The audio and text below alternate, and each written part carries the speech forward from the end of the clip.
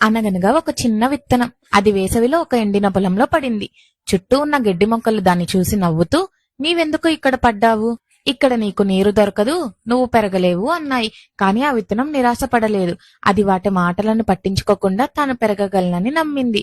తనలోని శక్తినంతా కూడా తీసుకొని వేళ్లను భూమిలోకి లోతుగా పంపించింది. 1 అంగుళం 2 అంగుళాలు అలా ముందుకు పోతూనే ఉంది. కొన్ని వారాల తర్వాత చినుకులు పడ్డాయి. పడిన ఆ చినుకులు భూమిలోని ఆ మొలక వేళ్లను తాకాయి. అది ఒక్కసారిగా సంతోషంతో పొంగిపోయింది. ఆ ఎండిన పొలంలో కూడా అది ఒక పచ్చని మొక్కగా పెరిగింది, చిగురించింది. ఆశ్చర్యంగా చినుకులు తక్కువగా పడటంతో పైన ఉన్న గడ్డి మొక్కలన్నీ ఎండిపోయాయి.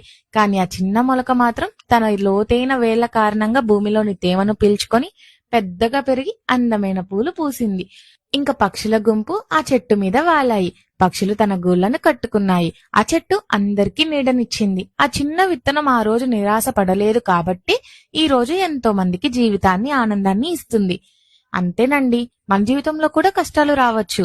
అందరూ నిన్ను నమ్మకపోవచ్చు.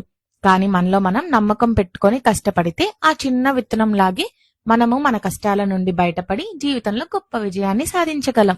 మీకు ఈ కథలో ఏ భాగం బాగా నచ్చింది కామెంట్స్ లో చెప్పండి. అండ్ మళ్ళీ కలుద్దాం మరో కొత్త కథతో.